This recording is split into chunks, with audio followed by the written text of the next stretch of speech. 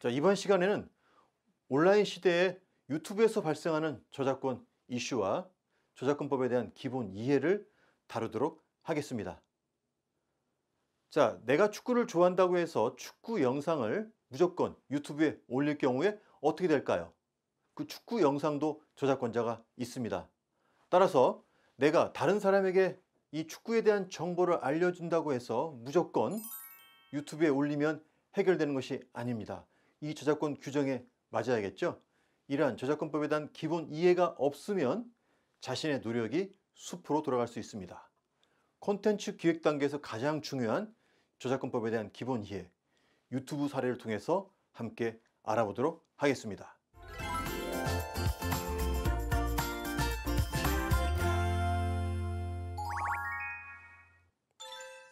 안녕하세요. 콘텐츠 크리에이터의 저작권 한광수입니다. 자, 먼저 저작권 사건에서 공통적으로 확인해야 될 5가지의 내용이 있습니다.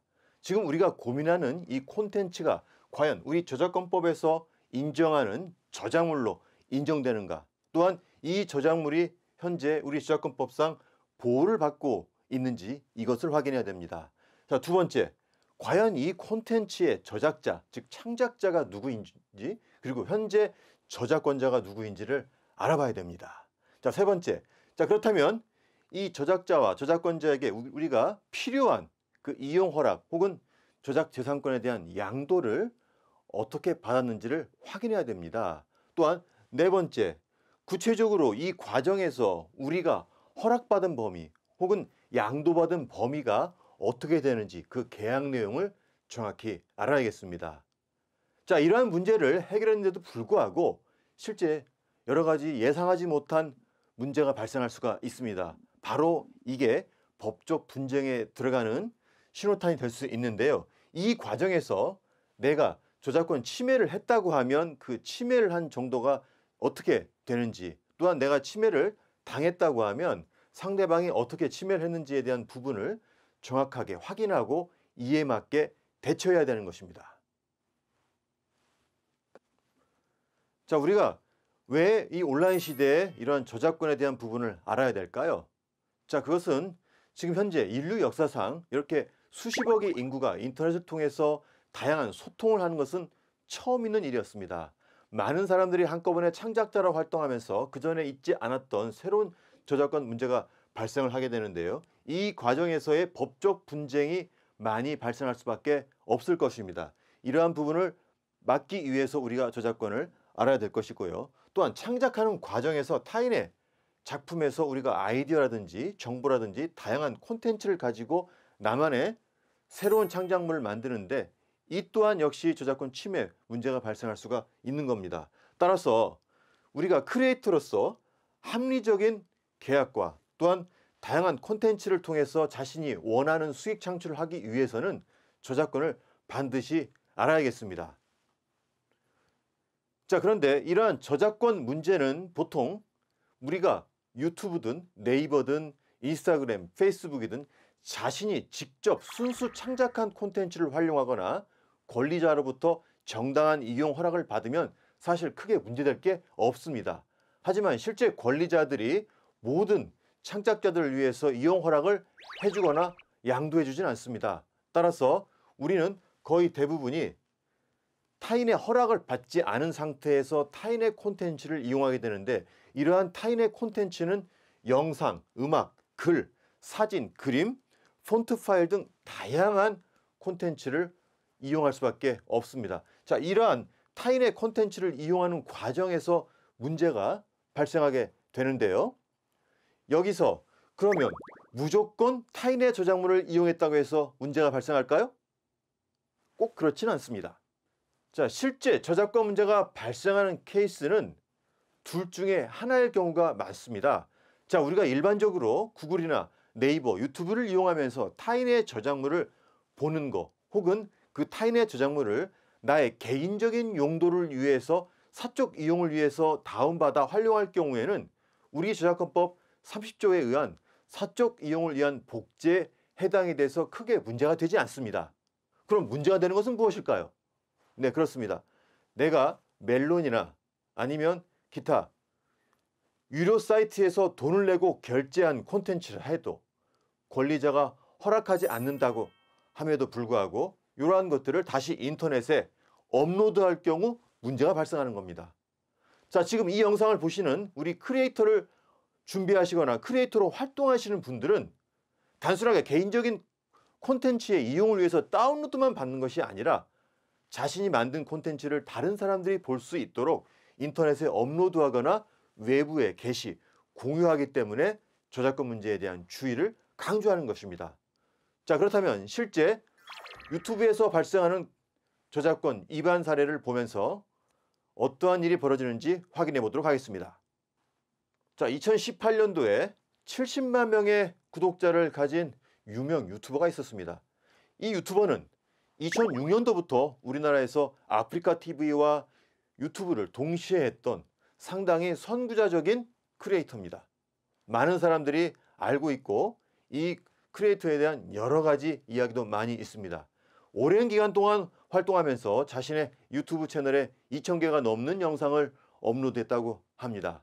자, 구독자가 70만 명 정도 되면요, 상당히 큰 유명 유튜버, 회사로 따지면 상당히 큰 중소기업과 맞먹는다고 볼 수가 있습니다. 자, 그런데 이 유튜버가 저작권 침해로 인해서 본인의 채널이 삭제가 되었다고 합니다. 굉장히 황당하고 아주 어려운 일을 당한 경우인데요. 자, 이 유튜버가 이렇게 오랫동안 활동을 하면서 저작권을 소홀히 했을까요? 그렇지 않을 것이라고 저는 생각을 합니다. 분명히 저작권이 중요하다는 것을 어느 누구보다도 알고 있었을 텐데, 문제는 저작권에 대한 정확한 개념을 이해하지 못했기 때문에 발생한 일이라 생각합니다. 자, 이 유튜버는 특정 외국의 유명 캐릭터를 기반으로 한 2차적 저작물인 게임을 이용해서 자신의 유튜브 채널에서 중계를 했습니다. 자, 그런데 이 캐릭터를 기반으로 해서 만든 이 게임 개발자는 원 캐릭터 권리자한테 허락을 받지 않고 게임을 개발했습니다. 하지만 우리 저작권법에서 저작권자, 저작자의 정의는 사람의 생각이나 사상을 자신의 방식으로 표현한 사람이 갖는 권리를 저작권이라고 했습니다. 따라서 이 게임 개발자는 어쨌든 자신의 생각을 담아서 특정 캐릭터를 기반으로 해서 게임을 만들었기 때문에 게임의 저작권자가 됩니다. 저작권자는 다른 사람에게 자신의 저작물을 이용할 수 있도록 허락할 수 있는 배타적인 권리를 갖게 되는 것이죠. 따라서 유튜버는 이 게임 개발자한테 이용 허락을 받았기 때문에 아무 문제가 없다고 생각한 것이었습니다. 하지만 여기까지만 알게 된 것이 이 불행의 시작이었습니다. 자, 문제는 이 1차 캐릭터의 권리자가 허락하지 않은 게임을 만든 사람뿐만 아니라 이 게임을 이용한 사람에게도 법적 조치를 취할 수 있다는 것이죠. 자, 바로 이게 2차적 저작물에 대한 일반적인 크리에이터들의 대표적인 오해 케이스입니다.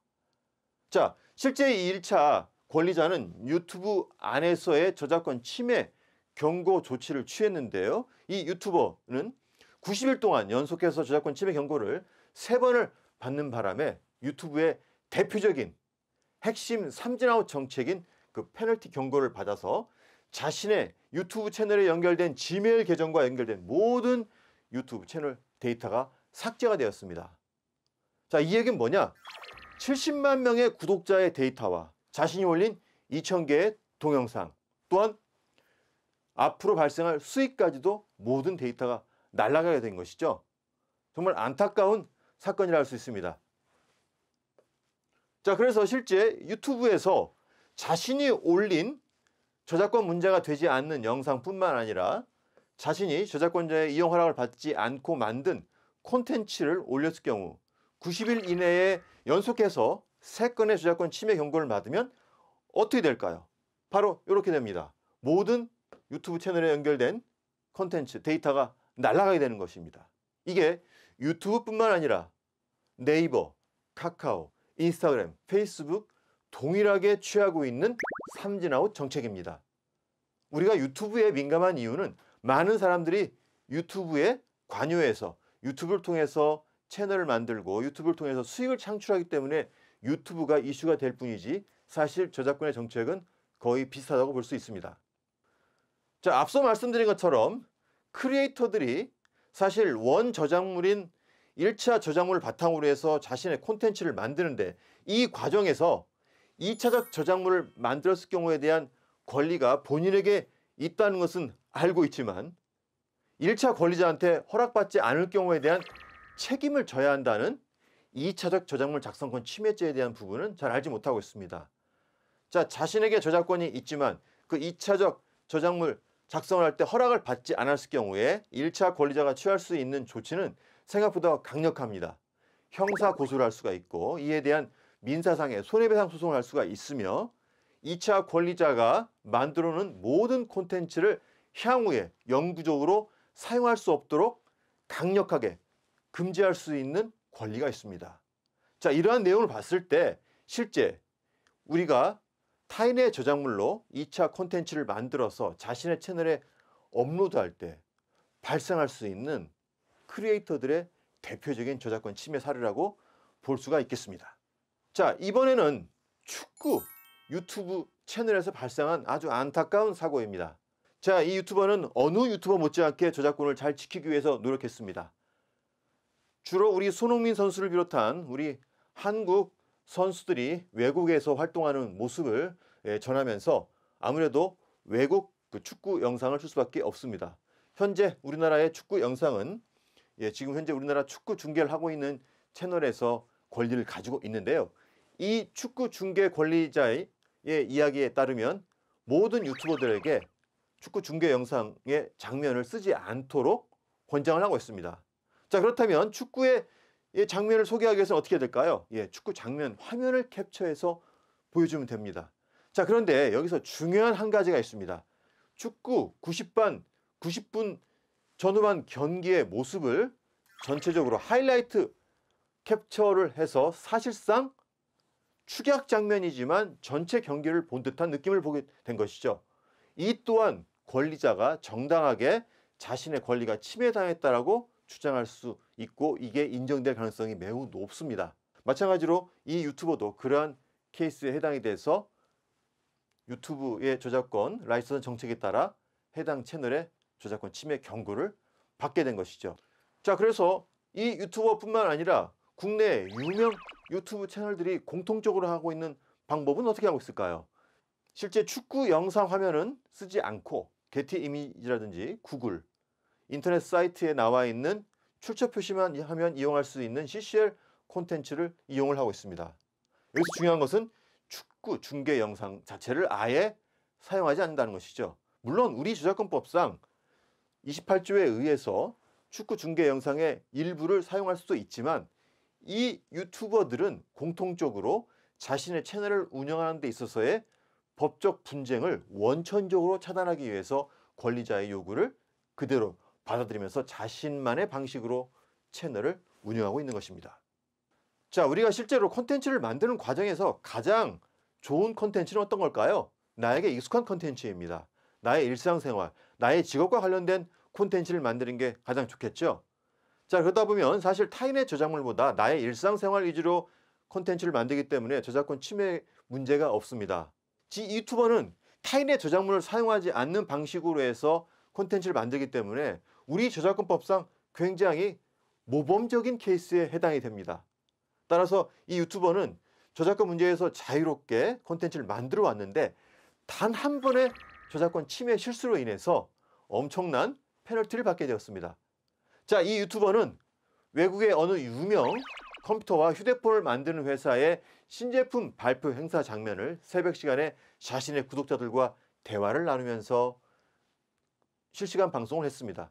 자, 이 과정에서 이 행사에 나오는 그 음원이 유튜브에서는 사용 금지된 음원인데 그것을 잘 몰랐던 것이죠. 자, 기존에는 자신이 미리 콘텐츠를 찍어서 편집해서 올렸기 때문에 자체적으로 필터를 했었지만 이 과정은 실시간 방송이었기 때문에 그 부분을 놓친 것입니다. 자, 유튜브가 그럼 이것을 어떻게 알았을까요? 유튜브의 발표에 따르면 1분 동안 300시간의 콘텐츠가 올라가더라도 약 99.95%의 놀라운 필터링을 한다고 이야기를 하고 있습니다. 사실상 저작권자가 원하는 모든 콘텐츠를 필터링 한다는 얘기인데요. 이때 이 실시간 방송에서 그 단 한 번의 저작권 침해로 인해서 약 90일 동안의 페널티를 받게 되었는데 이 내용을 과연 이 유튜버는 왜 고백을 했을까요? 바로 자신의 구독자들과 함께 매일 실시간 방송을 하면서 슈퍼챗을 받는 부분이 있었기 때문에 그렇습니다. 자, 이게 슈퍼챗이라고 하는 것은 자신의 구독자들이 보내주는 돈의 약 70% 정도를 유튜버가 갖게 되고 나머지 30%를 유튜브가 운영 수수료로 가져가게 됩니다. 따라서 해당 실시간 방송에 올린 조회수와는 별도로 수익을 얻기 때문에 유명 유튜버 입장에서는 굉장히 타격이 큽니다. 자, 그렇다면 모든 권리자가 과연 이렇게 유튜브에 저작권 조치를 취할까요? 자, 여러분들이 유튜브 채널을 보시면서 이 콘텐츠는 저작권 문제가 있는 콘텐츠인데 왜 올라왔을까? 왜 아직도 그대로 있을까? 라고 생각하는 경우가 몇 번 있었을 겁니다. 자, 그것은 왜 그럴까요? 그것은 해당 저작권자가 유튜브에게 아직 저작권 침해에 관련된 조치를 취하지 않았기 때문에 그렇습니다. 그러면 왜 유튜브가 스스로 이러한 불법적인 콘텐츠를 삭제하지 않고 있을까요? 자, 그 이유는 만약에 유튜브 스스로가 불법적인 콘텐츠를 삭제할 수 있는 권한을 권리자가 요청하지도 않았는데 한다고 하면 잘못된 신고, 잘못된 판단에 의해서 합법적인 콘텐츠를 삭제할 수 있는 일이 발생할 수가 있습니다. 따라서 유튜브를 비롯한 다양한 포털 사이트들은 동일한 온라인 서비스 제공자의 책임 규칙만 실행하면 되는데요. 그것은 무엇이냐? 바로 저작권자가 신고할 때만 그때 움직인다는 것이죠. 여기서 저작권자의 신고가 정당한 신고이든 부당한 신고이든 유튜브는 일단은 권리자의 신고를 받아주게 돼 있습니다. 자, 이 과정에서 유튜브는 이야기합니다. 해당 신고자에게 당신이 정당한 권리자입니까? 아니면 당신이 정당한 권리자라 해도 이 신고가 잘못된 신고일 경우에는 법적 분쟁에 들어갈 수 있다고 하는 것을 경고를 해줍니다. 따라서 이러한 조치를 취한 유튜브는 해당 신고가 들어온 컨텐츠를 해당 게시자인 유튜버에게 전달하는 것이죠. 반면에 아무런 신고를 하지 않은 권리자일 경우에는 자신의 콘텐츠가 제3자에 의해서 불법 업로드를 하게 될 경우 유튜브는 아무런 조치를 해달라는 요청을 받지 않았기 때문에 유튜브가 볼 때는 이 제3자 유튜버가 설령 불법적으로 올렸다 해도 이 유튜버가 올린 콘텐츠가 이 해당 유튜버의 순수 창작물이거나 이용 허락받은 콘텐츠라고 생각할 수밖에 없는 것이죠. 따라서 크리에이터로 활동하면서 자신의 콘텐츠에 대한 저작권을 보호하기 위해서 혹은 내가 타인의 저작물을 이용하는 과정에서 주의하기 위해서는 저작권자의 이러한 시스템 그리고 유튜브에서의 저작권 처리 방법을 정확하게 이해해야 할 필요가 있겠습니다. 유튜브에 올라온 콘텐츠 삭제 원인이 약 85% 이상이 저작권 때문에 발생한다고 유튜브는 이야기하고 있는데요. 그런데 실제 그 85%에 해당하는 권리자들은 별도의 법적 조치를 취하지 않고 유튜브 내에 있는 저작권 정책에 의해서만 해결하고 있습니다. 자, 그것은 왜 그럴까요? 유튜브의 저작권 정책이 잘 되어 있기 때문에 그렇습니다. 자, 그렇다면 이 유튜브는 이 해당 권리자에게 어떠한 혜택을 줄까요? 바로 동영상에 광고를 게재하고 그 수익이 창출되면 그 수익 창출을 해당 유튜버에게 주는 게 아니라 해당 권리자에게 수익을 분배하고 있습니다. 자, 이러한 정책은 아주 훌륭한 시스템인데요. 실제 유튜버가 올린 콘텐츠가 자신의 저작권을 침해한 것을 알지 못하고 올 수도 있습니다. 이 콘텐츠가 저작권이 없거나 아니면 저작권 문제가 없다고 판단한 유튜버 입장에서는 저작권을 지키려고 노력을 했지만 알고 봤더니 불법 콘텐츠가 돼버린 것이죠. 자, 이러한 일이 다반사로 발생을 될 경우 많은 크리에이터들이 법적 분쟁이 두려워 콘텐츠를 올리지 않게 될 것입니다. 그래서 유튜브 입장에서는 그렇게 되면 자신의 플랫폼, 인터넷 사이트가 활성화되지 않기 때문에 사이트 운영이 어렵겠죠. 자, 이러한 고민은 유튜브뿐만 아니라 다른 모든 사이트가 동일할 것이라 생각합니다. 자, 유튜브는 이에 대한 해결 방법으로 유튜버들이 올린 콘텐츠에 대해서 저작권자의 권리 침해하는 콘텐츠가 있을 경우에 그 광고가 붙고 그 광고에 대한 수익을 해당 오리지널 권리자에게 주는 방식으로 해서 해결하는데요. 이러한 방식에 무조건 동의해야 될 필요는 없습니다. 선택적으로 동의하거나 동의하지 않을 수 있는데요. 이러한 방식에 동의한 권리자들은 광고 수익을 받고 이 방식에 동의하지 않은 권리자들은 개별적으로 저작권 침해 경고를 할 수 있도록 했습니다. 자, 그렇다면 이러한 광고 수익에 동의한 권리자들은 주로 어떤 권리자들일까요? 네, 여러분들이 잘 알고 있는 바로 음악 권리자들입니다. 음악 권리자들이 그러한 방식으로 해서 저작권 문제를 해결하고 있는데요. 우리나라 같은 경우는 2010년도부터 유튜브와 한국음악저작권협회가 제3자인 우리 개인 유튜버들이 영상에 다양한 음악 저작물을 사용했을 경우 별도의 법적 조치를 취하지 않고 광고가 붙으면 광고 수익을 지급받는 방식으로 해서 문제를 해결하고 있습니다. 물론 이에 대해 동의하지 않은 권리자들은 개별적인 저작권 침해 경고 조치를 취하고 있습니다. 자, 그런데 우리가 이러한 음악을 바탕으로 해서 혹은 영화나 드라마를 바탕으로 해서 콘텐츠를 만들어 올리게 될 경우 보통 저작권에 관련한 메시지가 유튜브로부터 날라올 가능성이 매우 높습니다. 자, 이 과정에서 우리는 유튜브에서 저작권에 걸렸다라고 보통 이야기를 많이 하는데 이 이야기는 두 가지의 의미로 해석할 수가 있습니다. 첫 번째는 이러한 유튜브의 광고 수익 분배 정책에 동의한 권리자들 같은 경우는 저작권 보호 콘텐츠 폼이라고 하는 메시지가 오기 때문에 이럴 경우 광고가 붙으면 권리자한테 수익이 가고 해당 채널에는 어떠한 페널티, 운영상의 문제가 주어지지 않습니다. 그러면 해당 유튜버는 나는 이것이 싫다라고 생각할 경우에 그 문제가 되는 콘텐츠 부분을 제외하면 됩니다. 자, 그런데 문제는 뭐냐? 바로 이러한 광고 수익 분배 정책에 동의하지 않은 권리자의 신고가 있을 경우에는 바로 저작권 위반 경고 조치가 취한다는 것이죠. 유명 게임 유튜버나 축구 유튜버가 바로 이러한 위에 해당하는 신고 내용을 받게 된 것입니다. 따라서 가장 좋은 방식은 사실 저작권자에게 이용 허락을 받거나 정당한 권한을 받는 것이 가장 좋습니다.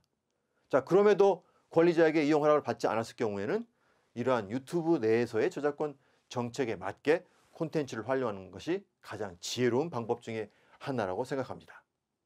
자, 그렇다면 유튜브는 어떻게 이러한 어마어마한 수십억 명이 이용하는 이러한 콘텐츠, 이 사이트를 운영하게 될까요? 자, 유튜브가 운영하는 방식은 기본적으로 저작권 문제와 별도로 커뮤니티 가이드라인이라고 하는 별도의 조치가 있습니다. 자, 이것은 우리가 저작권 문제가 있고 없고를 떠나서 해당 콘텐츠가 누군가에게 민감한 콘텐츠이거나 아니면 스팸 및 혹은 현혹행위를 하거나 아니면 매우 폭력적이거나 그 다음 선정적이거나 위험한 콘텐츠일 경우에는 유튜브 스스로 제3자의 신고가 없다 할지라도 삭제할 수 있는 권한이 있습니다. 자, 이러한 권한은 유튜브뿐만 아니라 다른 모든 인터넷 플랫폼 사이트가 동일하게 운영을 하고 있습니다. 자, 실제 이와 관련해서 우리나라에서 발생한 아주 큰 해프닝이 있었는데요. 앞서 말씀드린 것처럼 유튜브의 이러한 기본적인 1차 필터링 시스템은 사람이 하는 것이 아니라 인공지능 필터링이 하게 되어 있습니다. 거기서 발생한 아주 황당한 해프닝이 있었습니다. 바로 유명 웹툰 작가죠. 우리나라 영화 신과 함께의 원 권리자, 원 저작물 권리자인 바로 주호민 작가가 자신의 유튜브 채널에서 벌어진 아주 황당한 일이었습니다. 자, 이 주호민 작가는 자신의 페이스북에 이러한 글을 올렸습니다. 아침에 일어나 보니 자신의 유튜브 채널에 댓글을 달 수 없도록 금지가 되어 있다는 것입니다. 그러면서 혹시 이 원인을 알고 있는지 그러한 내용을 페이스북에 올렸습니다. 자, 제가 그 내용을 확인해 보니 바로 이러한 것이 원인이었던 것 같습니다. 어린이가 저렇게 나비 넥타이를 하고 있으면 마치 유치원에서 막 나온 어린이로 볼 수도 있겠죠. 자, 지금 우리가 이 화면을 볼 때는 우리의 사람의 눈으로 보기 때문에 주호민 작가가 설령 아이 복장을 입었다 해도 우리는 저 사람이 어른이라는 것을 알 수가 있습니다. 자, 따라서 성인으로서 자신이 방송을 하기 때문에 특별하게 문제가 되지 않는다고 하면 유튜브 커뮤니티 가이드라인에 전혀 위배되지 않습니다. 하지만 유튜브의 눈은 인공지능 눈입니다. 사람의 눈이 아니에요. 그래서 이 양쪽에 있는 동료 작가가 이 주호민 작가를 마치 괴롭히거나 아니면 이 채널에 아동이 출연하지 않는다라고 이야기를 했는데 갑자기 약속과 다르게 아동이 출연했다고 판단한 유튜브 인공지능이 이 콘텐츠를 커뮤니티 가이드라인 위반으로 판단한 것 같습니다. 따라서 그걸 위반했기 때문에 모든 아동을 보호하기 위해서, 즉 여기서 말하는 아동은 주호민 작가를 말하는 겁니다. 주호민 작가를 보호하기 위해서 모든 댓글을 막아놓게 된 것이죠. 이러한 것이 유튜브 커뮤니티 가이드라인의 기본적인 운영 정책입니다. 따라서 주호민 작가는 이 부분을 알고 나중에 이의 제기를 해서 지금은 정상적으로 댓글을 달 수 있도록 돌아왔습니다. 자, 여기 보시면 실제 유튜브의 금지사항은 이것과 같습니다. 이 영상을 보시는 크리에이터로 활동하거나 크리에이터를 준비하시는 분들이 주의해야 할 내용입니다. 저작권 문제와 별개로 이러한 괴롭힘, 증오성 콘텐츠, 폭력적인 콘텐츠, 개인의 사생활 침해나 개인정보를 공개하는 콘텐츠, 스토킹, 협박, 명의도용, 음란물 혹은 어린이에게 유해한 콘텐츠 등 이러한 커뮤니티 가이드라인을 위배할 경우에는 제3자의 단 한 명의 신고 혹은 유튜브 스스로도 판단해서 콘텐츠 채널을 삭제할 수 있다는 것이죠. 여기서 말하는 콘텐츠라고 하는 것은 유튜브에 올리는 영상뿐만 아니라 유튜브의 제목, 그 다음에 유튜브 영상 더보기 설명란에 나오는 텍스트, 그 다음에 썸네일 이미지까지 모든 그 해당 채널에 있는 콘텐츠에 관련된 내용이니 이 점을 주의해서 관리를 해야겠습니다.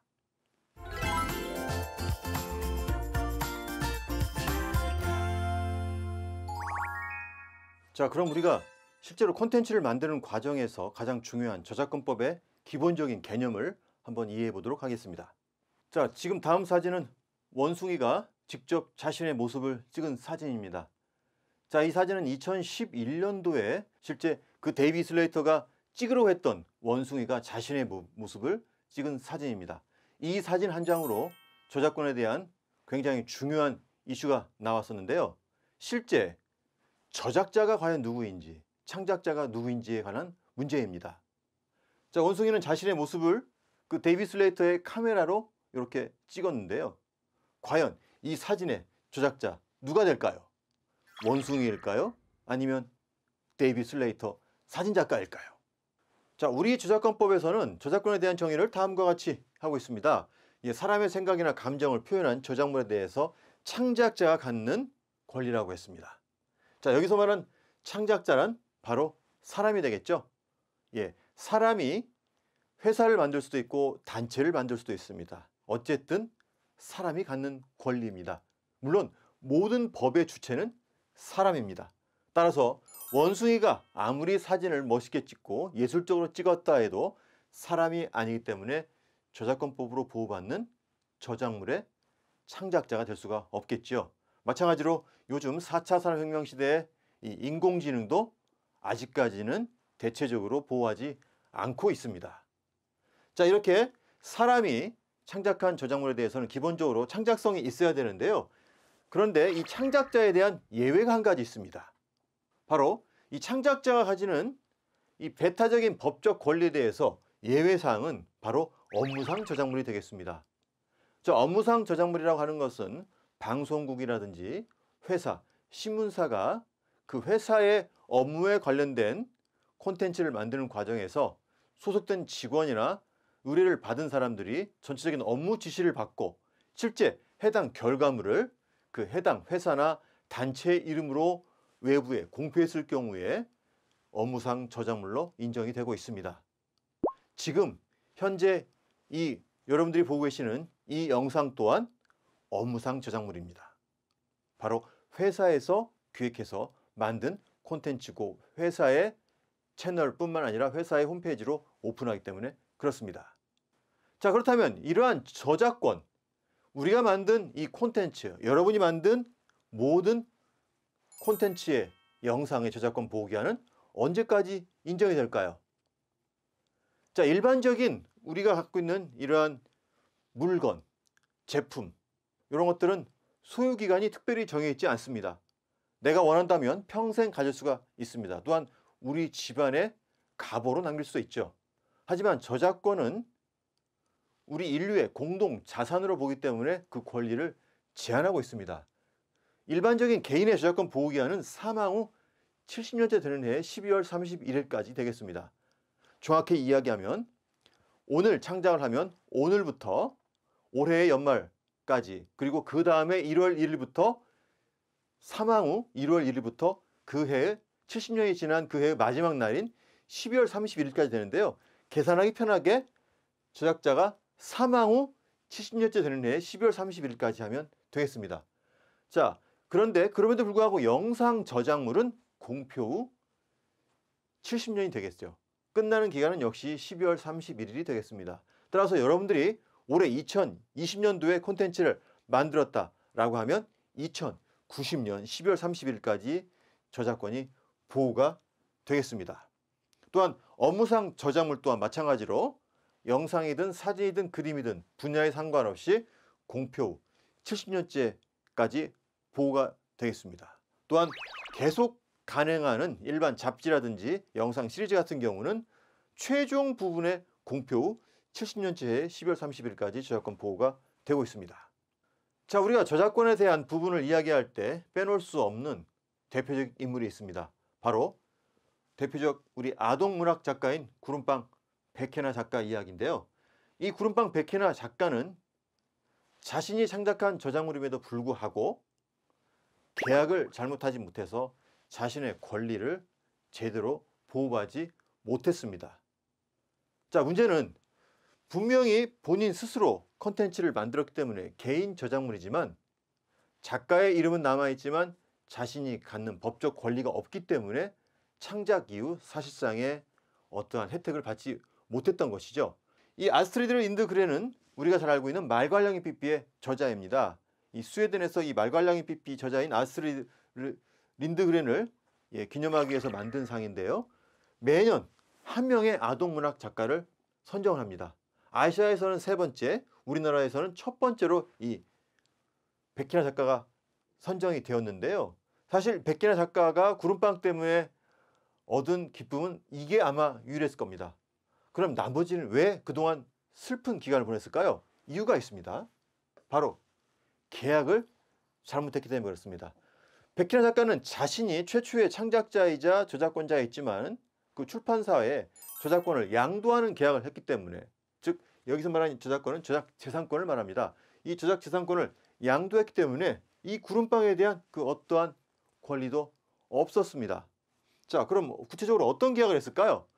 백희나 작가는 자신이 구름빵을 창작을 해서 이 모든 저작재산권, 여기서 말하는 저작재산권이라고 하는 것은 구름빵을 책으로 낼 수 있는 권리, 구름빵을 영화로 만들 수 있는 권리, 구름빵을 애니메이션이나 캐릭터, 게임 등을 만들 수 있는 이러한 모든 이 저작작물을 만들 수 있는 권리를 포함한 모든 저작재산권을 출판사에 넘기게 되었습니다. 자, 이러한 권한을 받은 출판사는 이에 대한 대가로 처음에 계약금 850만 원을 줬고 책이 10만 권 이상이 팔리면 추가 인센티브로 1000만 원을 주기로 했습니다. 따라서 이 계약에 의해서 백희나 작가는 총 1850만 원의 저작권료를 받은 셈이 되죠. 자, 그런데 이 당시 계약할 당시에 백희나 작가는 자신의 계약 내용을 정확히 이해하지 못했던 것 같습니다. 어쨌든 본인이 그 계약서에 사인을 했고 출판사의 증언에 따르면 백희나 작가는 이 계약 내용에 대해서 인지했던 것으로 보고 있습니다. 우리 법에서 가장 중요한 것은 계약 자유의 원칙입니다. 즉 당사자 간의 계약한 내용에 대해서는 제3자, 국가가 함부로 관여할 수 없다는 것이죠.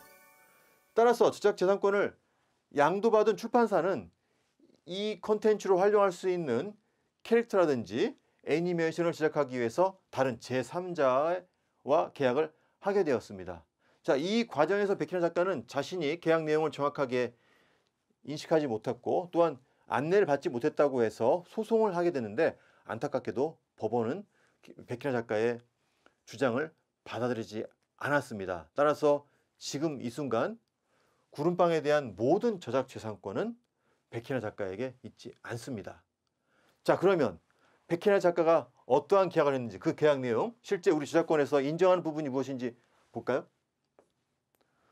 자, 최초 백희나 작가가 구름빵을 창작을 하면 저작권에 대해서 저작 인격권과 저작 재산권이라고 하는 두 가지의 대표적인 권리가 생깁니다. 보통 저작 인격권은 최초의 창작자 이름이 붙는 거기 때문에 이 권리는 인격적인 권리이기 때문에 다른 사람에게 양도할 수가 없습니다. 그렇다면 저작 재산권은 양도가 가능한데요. 이 저작 재산권이라고 하는 권리는 복제권, 공연권, 전신권, 공중송신권, 배포권, 대여권 등 이러한 권리로 나눠지는데 이러한 권리는 바로 인터넷에 올릴 권리, 책을 출판할 권리, 복사할 권리, 또한 제3자에게 전시할 권리, 또한 방송할 수 있는 권리라든지 이러한 권리가 있습니다. 또한 2차적 지정물 작성권이라고 해서 앞서 말한 것처럼 게임이나 애니메이션, 캐릭터, 드라마, 영화 등을 만들 수 있는 다양한 권리가 이 안에 다 포함이 되어 있습니다. 최초의 백희나 작가는 이 모든 권리를 가지고 있었지만 백희나 작가가 출판사와의 계약 과정에서 저작 인격권을 양도할 수 없기 때문에 성명 표시권, 즉 백희나 작가의 이름을 바꿀 수는 없겠죠. 따라서 구름빵에 대한 모든 최초의 제작자 이름은 백희나 작가 이름이 들어가지만 실제 돈이 되는 저작 재산권의 권리는 바로 백희나 작가가 계약서상에 출판사에 양도하는 계약을 했기 때문에 저작 재산권에 대한 권리는 지금 이 순간 백희나 작가가 가지고 있지 않다는 것이죠. 자, 물론 계약 자유 원칙에 의해서 이 출판사가 다시 저작 재산권을 백희나 작가에게 양도해 줄 수는 있습니다. 그 부분 또한 제3자, 국가가 강요할 수 없다는 것이죠.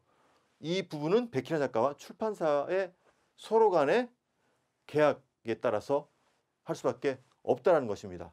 자, 이 부분을 말씀드리는 이유는 우리가 콘텐츠를 만드는 과정에서 분명히 여러분들이 유명해지고 또한 나의 콘텐츠가 상업적으로 활용할 수 있는 기회가 올 것입니다.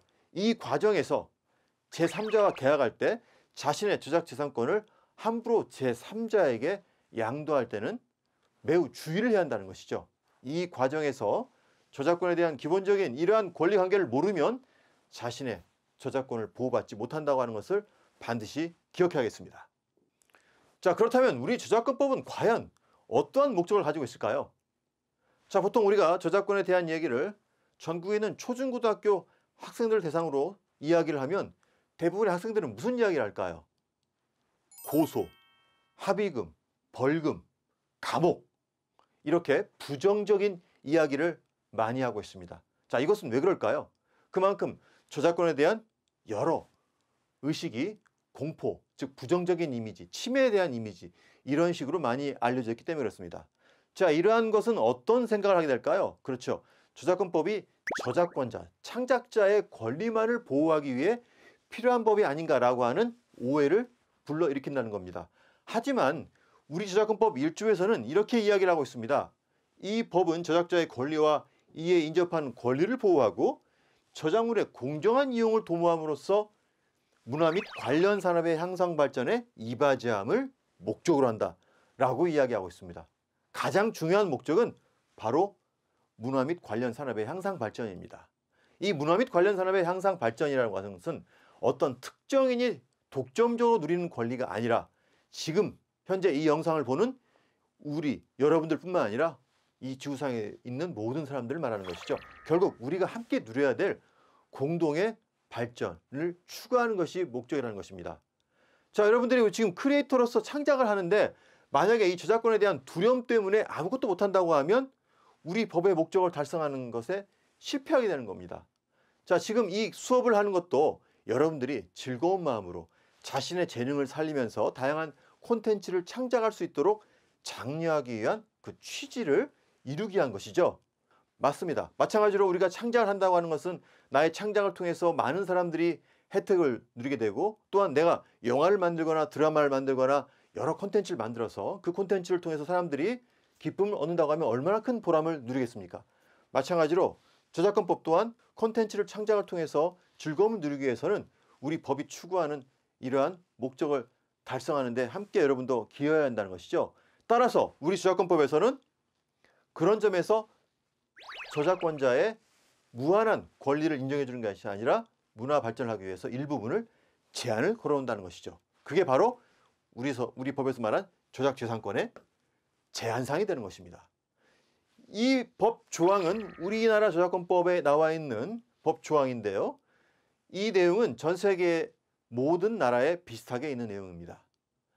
이 내용을 가만히 보면 실제 우리가 일상생활하는데 기본적으로 공공 생활에 필요한 내용에 있어서 필요한 부분을 권리자한테 제한을 걸어놓은 내용입니다. 이 중에 가장 대표적인 것은 바로 우리가 실제 크리에이터로서 콘텐츠를 만드는 데 관련한 바로 제한사항들을 가지고 우리가 적용을 하는 건데요. 공표된 저작물의 인용이라든지 사적 이용을 위한 복제, 그 다음에 부수적 이용을 위한 복제, 출처 표시, 그 다음에 타인의 저작물을 공정한 이용으로 만드는 방법 등을 활용해서 이렇게 우리 저작권법이 추구하는 콘텐츠의 다양한 창작 활동을 할 수 있게 된 것이죠. 자, 중요한 것은 그렇다면 내가 만들려고 하는 콘텐츠가 과연 이미 다른 사람도 하고 있는데 내가 이걸 만들어도 될까? 라고 하는 의문일 겁니다. 자, 우리 저작권법에서는 아이디어와 표현을 엄격하게 분리를 하고 있습니다. 물론 어떤 것까지가 아이디어고 어떤 것까지 표현인지에 대한 부분은 케이스 바이 케이스로 판단해야 될 텐데요. 자, 예로 이러한 내용을 보겠습니다. 어떤 특정인이 특정 역사적 사실이라든지 어떤 이 과학적 이론, 정치적 이론을 바탕으로 해서 자신의 블로그에 글을 작성을 했습니다. 자, 그런데 이걸 보고 영화 제작자가 역사적 사실은 이미 과거에 있던 내용이니 이 사실을 바탕으로 해서 영화를 만들었습니다. 과연 이 부분이 법적으로 문제가 될까요? 자, 우리 저작권법에서는 이러한 사실이나 이론, 사상, 상황을 그 자체를 보호하는 것이 아니라 사실, 이론, 사상, 상황을 자신의 방식으로 독자적으로 표현한 그 결과물에 대해서만 보호를 하고 있습니다. 따라서 이러한 같은 사실에 대해서 영화를 만들든 드라마를 만들든 게임을 만들든 최초에 이러한 사실을 다룬 사람의 허락을 받지 않아도 문제가 되지 않습니다. 물론 그 사실을 다룬 사람에 대한 출처 표시를 하는 것은 가장 기본적이겠죠. 따라서 우리 저작권법에서는 아주 독특한 아이디어가 아니라면 일반적으로 각각의 독자적인 표현만 보호하는데, 자, 중요한 것은 이 아이디어와 표현의 경계면은 애매모호하다는 것이죠.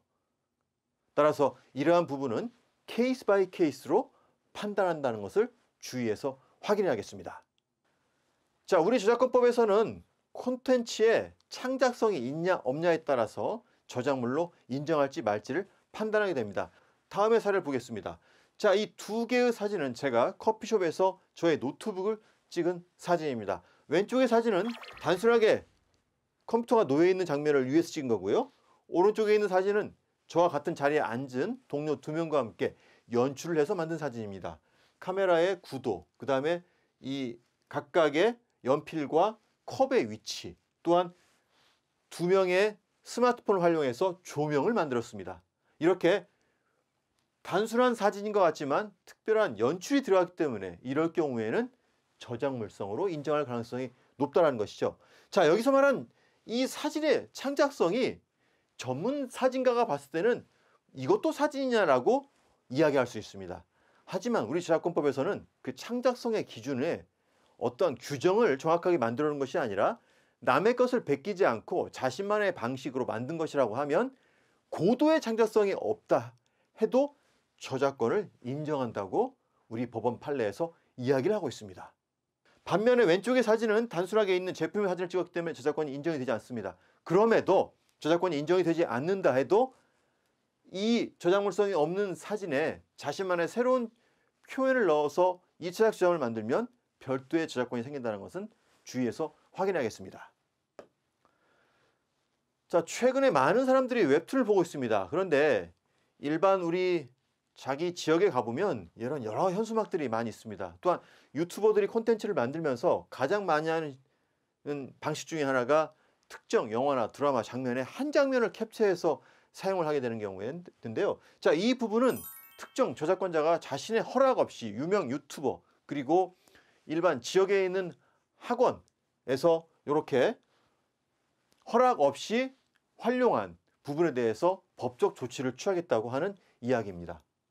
자, 이러한 것들이 우리가 한 장면을 썼지만 이 한 장면은 한 장면을 만드는 데 있어서 굉장히 오랜 기간 동안 고민하고 만든 창작물이기 때문에 당연히 법적으로 보호받는 것이죠. 하지만 그동안 권리자는 이 부분에 대해서 별도의 조치를 취하지 않았기 때문에 많은 사람들은 이렇게 인터넷에 돌아다니는 한 컷의 사진이라든지 아니면 방송 드라마의 움짤을 마음대로 사용하는 그러한 오해를 일으키는데, 그러한 부분을 우리가 주의를 해야겠습니다. 자, 이 사건은 실제 유튜브에서 벌어진 아주 대표적인 큰 사건인데요. 자, 우리나라의 유명 방송사들이 특정 채널 관리자의 허락을 받지 않고 그 영상을 무단 사용했는데, 이 과정에서 그 채널의 로고를 삭제하고 또한 출처 표시를 생략을 하면서 벌어진 아주 큰 사건이었습니다. 자, 이 방송사가 이 콘텐츠를 사용하게 된 배경에는 이 콘텐츠가 우리 저작권법상 인정하지 않는 저작물에 해당이 된다고 하는 검찰의 판단에 따른 것으로 보고 있습니다. 자, 하지만 우리 저작권법에서는 콘텐츠의 선악을 따지지 않고 있습니다. 이 콘텐츠가 나쁜 사람이 만들든 좋은 사람이 만들든 콘텐츠 자체에 창작물성이 있다고 하면 저작권을 인정해주고 있는데요. 그 부분을 방송사들이 오해한 것이 아닌가라는 생각이 듭니다. 자, 이에 대해서 이 해당 권리자는 법원에 소송을 제기했는데요. 법원은 아주 정확한 교과서적인 이야기를 했습니다. 그 내용은 해당 영상에 창작성이 있다고 하면 창작성이 있는 영상에 대해서 30초 이내까지는 50만 원, 30초 이후부터는 10초당 10만 원 정도의 손해배상을 인정하게 된 것이죠. 따라서 이거에 동의하지 않은 방송사들이 계속 소송을 끝까지 갔는데요. 결국 대법원에서 이게 확정이 되었습니다. 그래서 유명 방송사들이 전체 1억 3천만 원이 넘는 어마어마한 손해배상을 하게 되었습니다. 자, 여러분들이 만약 유튜브에서 타인의 저작물, 타인의 영상을 마음대로 써서 올릴 경우에는 이러한 비슷한 일이 발생할 수 있다는 것을 주의하고 확인해야겠습니다. 공식 연주곡, 공식 MR, 공식 AR을 썼을 경우에 사실상 수익 창출이 안 됩니다. 이 캘리그라피를 저작권자의 허락 없이 이용을 하다가 벌어진 아주 대표적인 사건입니다.